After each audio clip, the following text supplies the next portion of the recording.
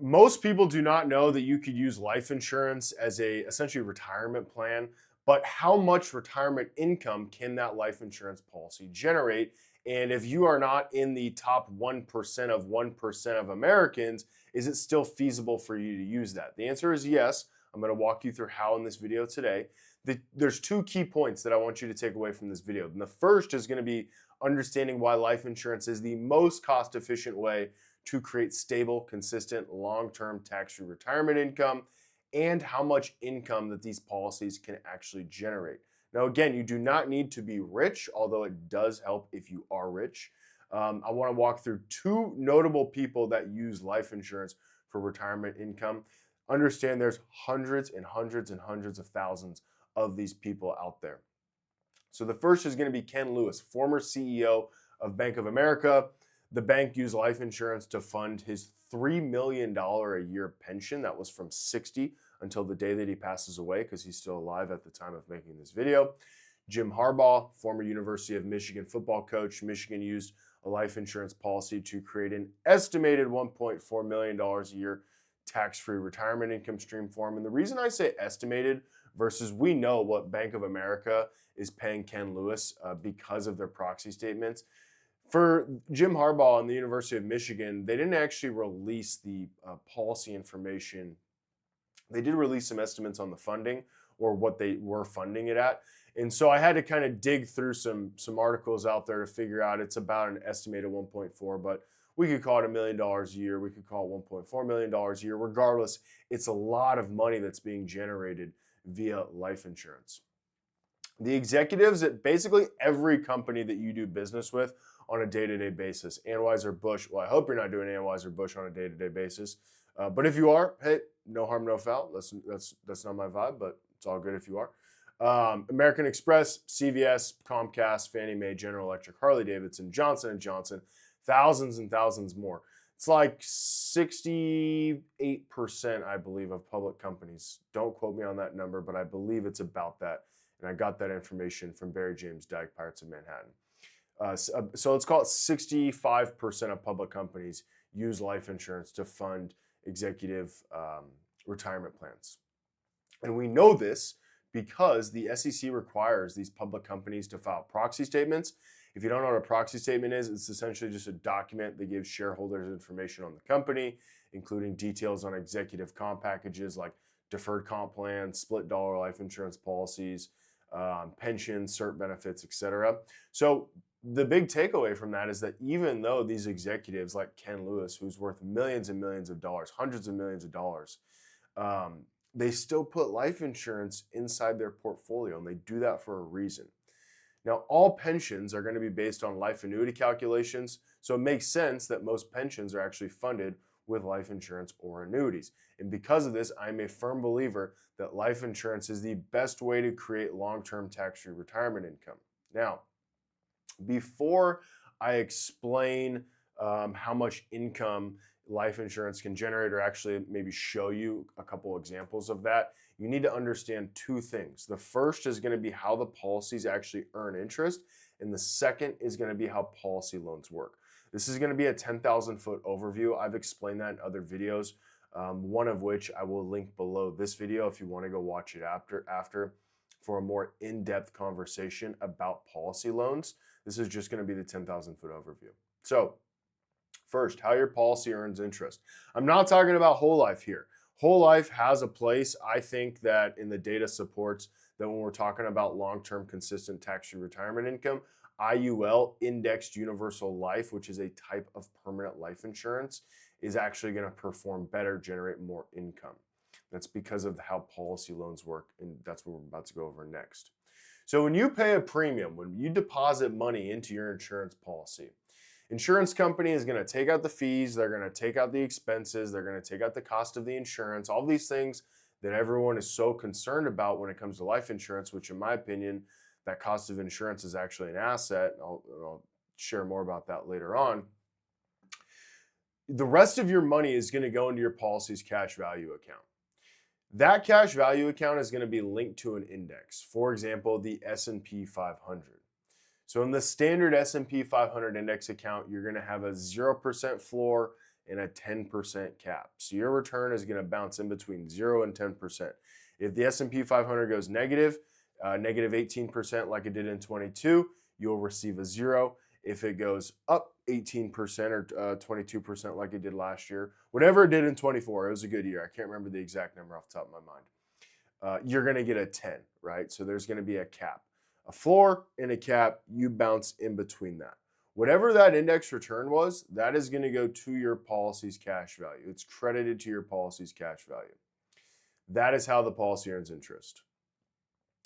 The magic of life insurance is that how policy loans work.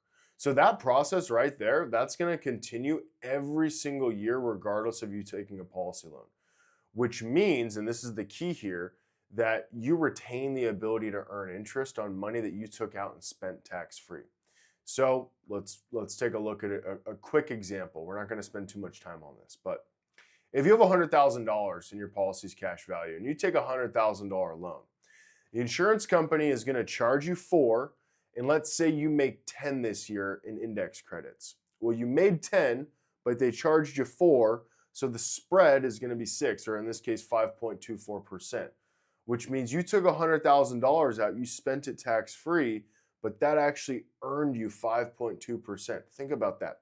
You took $100,000 out, you spent it tax-free, and that $100,000 that you took out and spent tax-free, that earned you 5.24%, or about $5,000. 401ks don't do this. IRAs don't do this. Really, no other type of financial account does this except for life insurance policies. Now, the worst case scenario, market, let's call it down 10%. Remember, we have that floor of 0, so we're insulated against market volatility, but there's still an interest charge. I took $100,000 out, I spent it tax-free, but I got to pay the insurance company the interest, right? So they're going to charge me 4.7, which is the example interest rate that I use for this. It's going to vary depending on the company again, but I earned a 0. I took $100,000 out and spent it. There's an interest cost to that, which is $4,700. They're going to take that $4,700 out of my policy's cash value. This is the worst case scenario here, is that you owe interest, right? So your cash value account, it's not going to decrease due to market volatility. It could decrease due to, owing interest. Now you could pay that out of the policy loan, which most people don't do, or you could just let the money come out of your cash value account. So that's how policy loans work. Now, how much income will it actually provide? Well, this is not rocket science here, but the more you put in, the more you get out. So you have 2 funding options. So I want you to think like a real estate investor for this. Number 1, you can just pay cash for it, right? Or number 2, you can finance it. Most people, they just pay cash. Most of my clients, as of right now, they pay cash. However, not most, but moving forward, most people are financing it. So one is not better than the other.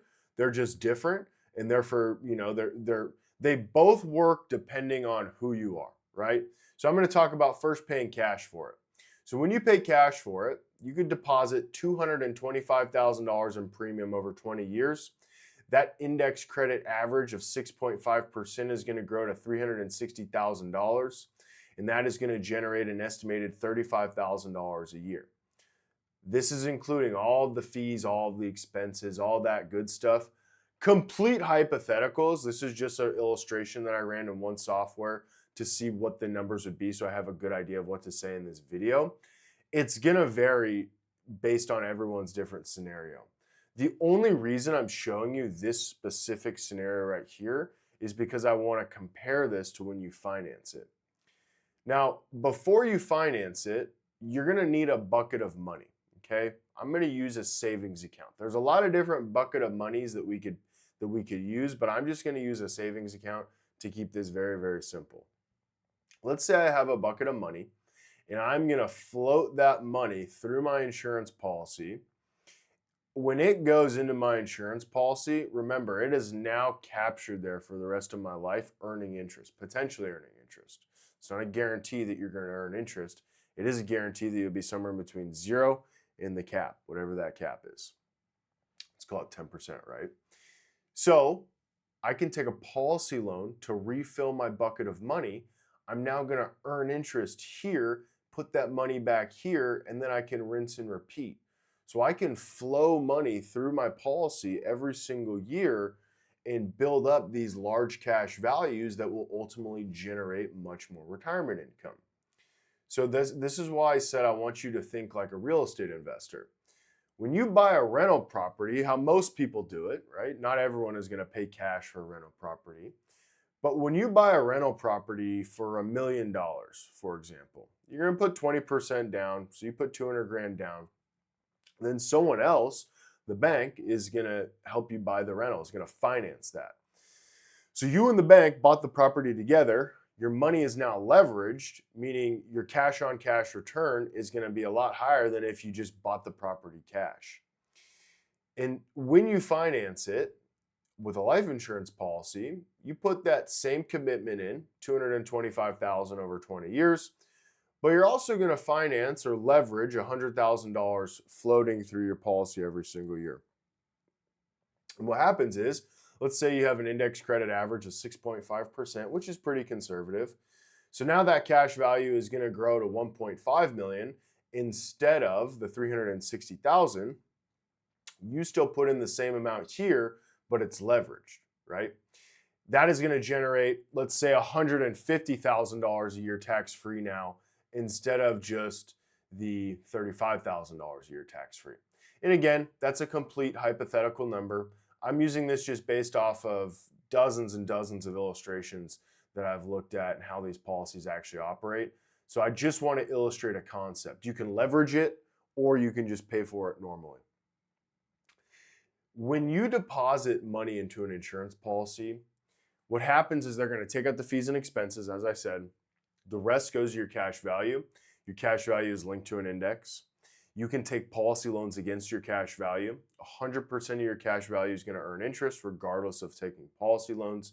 And you now have the ability to earn interest on that money for the rest of your life. And that is the magic to life insurance. And it's why it's so popular among these people who you would think would never actually touch it because, they have stocks or they have real estate and businesses and other investments. These very, very wealthy people, they're putting money into these policies not only because of how policy loans work and how much income it can generate, but just for safety and security. They understand, well, hey, I have a contractually guaranteed 0% floor. That money is now protected. So they have, a risk bucket, and then they have a safe money bucket. And if we're going to compare life insurance to anything, I'm going to compare it to your bonds. Never your stocks, never your, aggressive ETFs, your real estate or anything like that. Because I like all of those things. And life insurance will not beat the stock market or, your real estate portfolio or anything like that. But it will provide that stable, long-term, consistent income that's tax-free. So below this video, you can find a link that has more info on how I can help you and how this strategy incorporates with some of it. Not all of it, but some of it. Because I do mortgage-free life. A lot of you guys know me from the mortgage-free life stuff. And then I do tax planning. A lot of you guys know me from the tax planning stuff. And then there's some other things, the Champ Plan, all these different strategies that I, help people with. So life insurance is only one piece of that. I would say it's becoming the most common piece that people are using once they understand the concept. It all matters. It all revolves around understanding the concept. So if you have any questions, leave a comment below. Hope you have a great day. Take care. Bye.